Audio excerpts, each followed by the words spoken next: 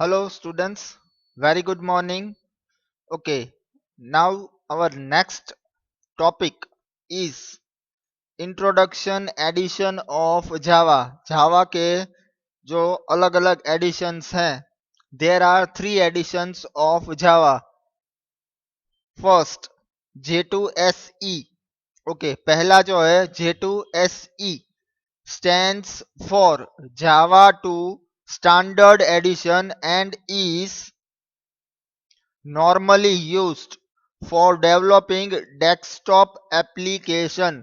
अब पहला जो एडिशन है उसका J2SE, ठीक है, उसका फुल फॉर्म क्या है? जावा 2 standard addition and is normally used for developing desktop application. आपको अगर डेस्कटॉप एप्लीकेशन डेवलप करनी है तो उसके लिए आपको J2SE का यूज करना पड़ेगा। Next edition is J2EE, stands for Java 2 Enterprise Edition। J2EE का फुल फॉर्म क्या है? Java 2 Enterprise Edition, जो हमारा 5th सेम का सब्जेक्ट है। J2EE Java 2 Enterprise Edition। अब उसका यूज किस चीज के लिए होता है?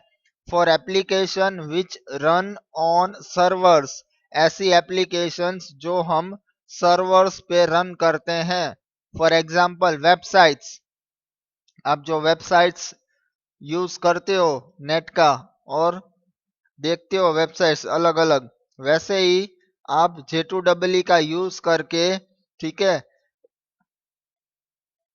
एप्लीकेशन डेवलप कर सकते हो जो आपके सर्वर पे रन की जाएगी। ओके, थर्ड जो एडिशन है जावा का J2ME stands for Java 2 micro edition. Micro edition, ठीक है, उसका फुल फॉर्म क्या है J2ME का? Java 2 micro edition. अब उसका यूज किस चीज के लिए होता है? For application which run on small scale device like cell phones, for example games. अगर आप सेल फोन के लिए कोई भी एप्लीकेशन डेवलप करना चाहते हो तो उसके लिए कौन सा एडिशन यूज होता है? J2ME। ओके, तो ये थे J2EE प्लेटफॉर्म के बारे में जो डिस्कशन था। उसके जावा के अलग अलग 3 एडिशंस हमने देखे। नेक्स्ट जो आपका है टॉपिक वो है व्हाट इज J2EE। J2EE है क्या? ओके, J2EE का फुल फॉर्म है जावा 2 enterprise edition. is an open standard which is provided by Sun Microsystem।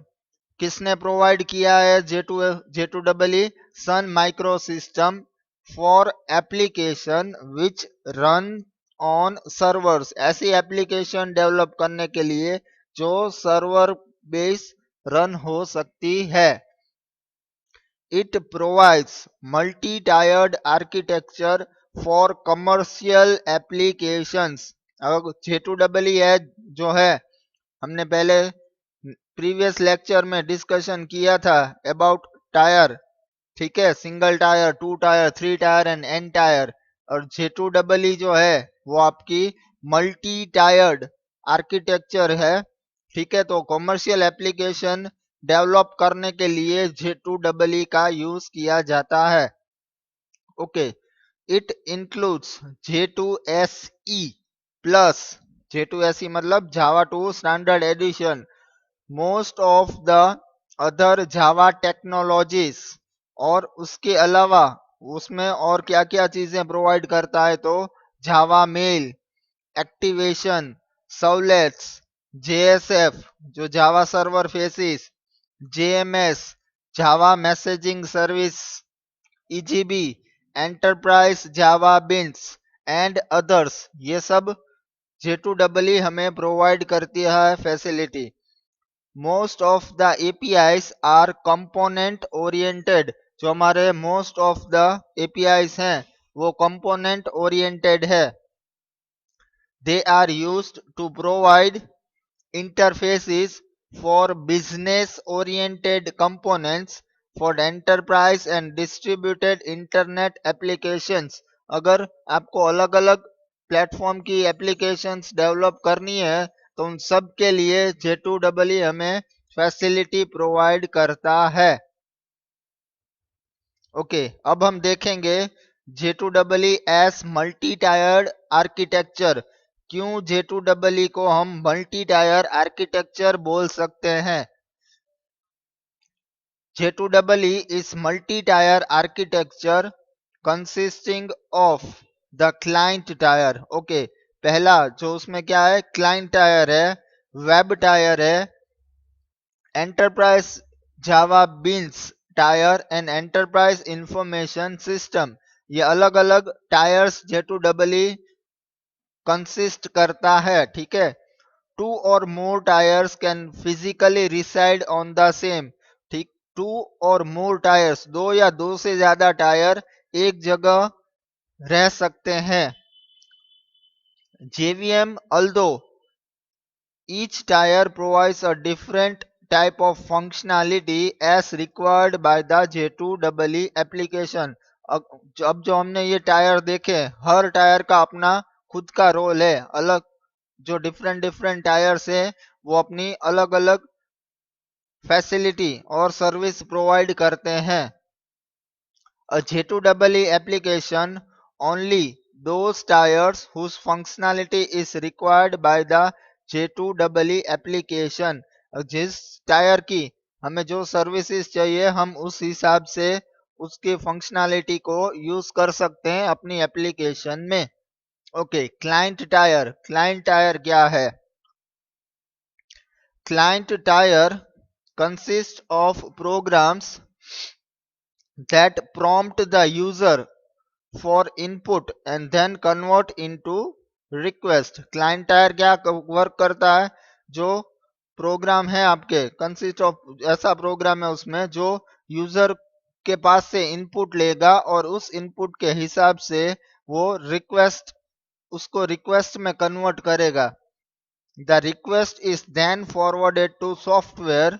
उसके बाद क्या होगा, रिक्वेस्ट जो हमने जनरेट होगी, ठीक है, वो फॉरवर्ड होगी सॉफ्टवेयर को on component that processes the request. जो उस रिक्वेस्ट को प्रोसेस करने वाला कंपोनेंट है उसके पास वो कन्वर्ट, उसके पास वो फॉरवर्ड की जाएगी।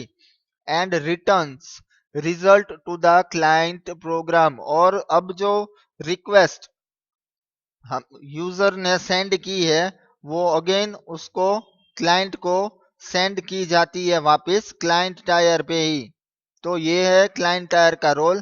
अब वेब टायर का देखेंगे। वेब टायर क्या वर्क करता है? Web tier provides internet functionality to a J2EE application. जो इंटरनेट की फंक्शनैलिटी है, ठीक है, वो कौन प्रोवाइड करता है? Web tier. आपने जो एप्लीकेशन डेवलप की हुई है उसका इंटरनेट रिलेटेड फंक्शनैलिटी है, वो कौन सा टायर प्रोवाइड करता है? Web tyre. Components that operate on web tier use HTTP to receive request from and send request to client that could reside on any tier। अगर आपको रिक्वेस्ट जो send करते हो, ठीक है, वो रिसीव करने का वर्क थ्रू HTTP जो वेब टायर करेगा। नेक्स्ट टायर है हमारा EGB tyre. Okay, EGB consist of business logic for J2EE application. जो बिजनेस आपकी लॉजिक होगी आपकी एप्लीकेशन की, वो कौन कंसिस्ट करता है? EGB। It is here where one or more EGBs reside, each encoded with business rules that are called upon indirectly by client। अगर जो आपने रिक्वेस्ट की है क्लाइंट ने, ठीक है, जो वेब टायर थ्रू, अब उसकी जो प्रोसेसिंग है वो, उसकी जो लॉजिक है वो कहाँ पे होगी? EGB टायर के पास।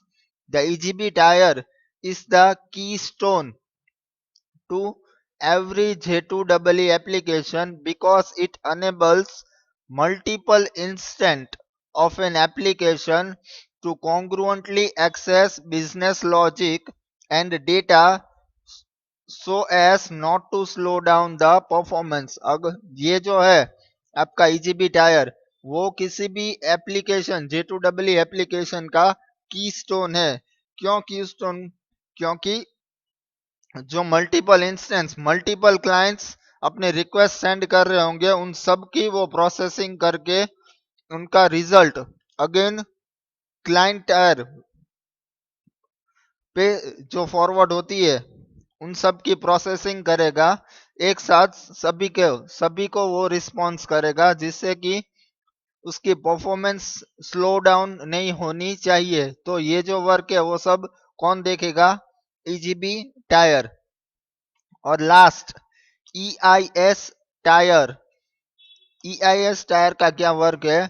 EIS links a J2EE application to resource and legacy systems that are available on the corporate backbone network। ठीक है, जो लीगेसी और रिसोर्स की मैटर है वो कौन देखेगा? EIS tyre. It is on the EIS where a J2EE application directly interface with DBMS। ये जो टायर है, ठीक है, तो आपकी एप्लीकेशन डायरेक्टली डेटाबेस के लिए EIS टायर के साथ इंटरेक्ट मीन्स कम्युनिकेट करेगी directly for your database. Okay, next है इंट्रोडक्शन टू J2EE APIs। कौन कौन से APIs J2EE प्रोवाइड करता है अलग अलग, जिससे कि हम अपनी जो एप्लीकेशन डेवलप कर रहे हैं उसमें एज पर रिक्वायरमेंट हम अलग अलग APIs का यूज कर सकते हैं। अगर आपको स्क्रीन पे दिख रहे हैं, जो स्क्रीन पे ये अलग अलग आपको APIs दिए गए हैं। Okay, the J2EE platforms provides a set of APIs to develop the different types of application। जो J2EE प्लेटफॉर्म है हमें बहुत सारे APIs प्रोवाइड करता है, पर हमें खुद की रिक्वायरमेंट के हिसाब से कौन सा API यूज करना है वो हमारी एप्लीकेशन पे डिपेंड करता है। It uses the concept of distributed computing to develop the enterprise application. आपको एंटरप्राइज लेवल की एप्लीकेशन डेवलप करनी है तो वो फैसिलिटी J2EE प्रोवाइड करता है। ओके, अब हम देखेंगे जो अलग अलग एपीआईज हैं। First is JDBC। इस एपीआई का यूज कहाँ पे होगा? जावा database connectivity. This API is useful to connect our Java database application with any relational database। अगर आपको आपकी जावा डेटाबेस एप्लीकेशन है उसको आप किसी भी रिलेशनल RDBMS के साथ कनेक्ट करना चाहते हो तो आपको कौन सा API यूज करना पड़ेगा? JDBC। The Java application can access data from well-known databases like Oracle, MySQL, Access। आप किसी भी डेटाबेस के साथ जावा की कनेक्टिविटी कर सकते हो। Okay, remote method invocation over the internet inter ORB protocol. RMI जो है आपका remote method invocation. This API is useful to access object method running on different machine। आप अलग अलग सिस्टम्स से आपकी मेथड कॉल कर सकते हो यूजिंग RMI। RMI का मतलब क्या होता है? Remote method invocation. आप आपकी पास वाले सिस्टम के और किसी और दूसरी सिस्टम की मेथड को खुद की सिस्टम पे रन कर सकते हो using RMI। Okay, enterprise Java bean EJB। This API is useful to define server side components। आपको अगर सर्वर साइड के कंपोनेंट्स डेवलप करने हैं तो उसके लिए आपको EJB का यूज करना पड़ेगा। The J2EE supports components based application development using EGB. J2EE है जो आपको सपोर्ट प्रोवाइड करता है टू डेवलप, ठीक है, कंपोनेंट बेस। आपको सर्वर साइड कोई भी कंपोनेंट्स डेवलप करना है तो आपको वो EGB की फैसिलिटी प्रोवाइड करता है। नेक्स्ट जो आपका एपीआई है Java servlets JS। Java servlets API provides object oriented abstractions for building dynamic web application. अगर आपको डायनामिक वेब एप्लीकेशन डेवलप करनी है तो उसके लिए आपको जावा सर्वलेट्स का यूज करना पड़ेगा। Next is JSP Java server pages. Java server pages API provide easy way for building dynamic web application। JSP जो है वो सबलेट की तरह ही डायनामिक वेब एप्लीकेशन डेवलप करने के लिए यूज होता है। Java message service JMS। JMS provide a Java API for message passing and publish and subscribe the types of message oriented middleware services। अगर आपको मैसेज पासिंग और पब्लिश करना और सब्सक्राइब करने की जो मेथड है, ठीक है, types of message oriented middleware service, आपको एक जगह से दूसरी जगह मैसेज करना है तो उसके लिए आपको JMS का यूज करना पड़ेगा, उसके एपीआईज का। Java naming and directory interface JNDI जो हमारा नेक्स्ट एपीआई है। JNDI API standardize access to different types of naming and directory service। आपको डायरेक्टरी सर्विसेज का यूज करना है, एक्सेस करनी है तो उसके लिए आपको JNDI APIs का यूज करना पड़ेगा। जावा transaction API JTA। This API is for implementing distributed transaction application। आपको डिस्ट्रीब्यूटेड ट्रांजैक्शन एप्लीकेशन डेवलप करनी है तो उसके लिए आपको JTA का यूज करना पड़ेगा। Okay, next is Java mail JM। This API provides a platform independent and protocol independent framework to build Java based mail application। And last, Java Server Faces JSF। Java Server Faces is a server-side technology and was built to provide a richer GUI। आपको GUI based server-side technology ये build का provide जो facility है वो कौन करेगा? JSF। ये जो एपीआई है N API for representing UI components user interface components and managing there state. उनको मैनेज करने का काम जो है वो JSF का है, आपके यूजर इंटरफेस कंपोनेंट्स का। Server side validation, data conversion, defining page navigation, supporting internationalization and accessibility, and provide extensibility for all these features। तो ये फैसिलिटी प्रोवाइड करेगा JSF। ठीक है, तो ये हमने जावा के डिफरेंट एपीआईज देखे। आज के लिए इतना इनफ है। Next I will carry on in next lecture. Thank you.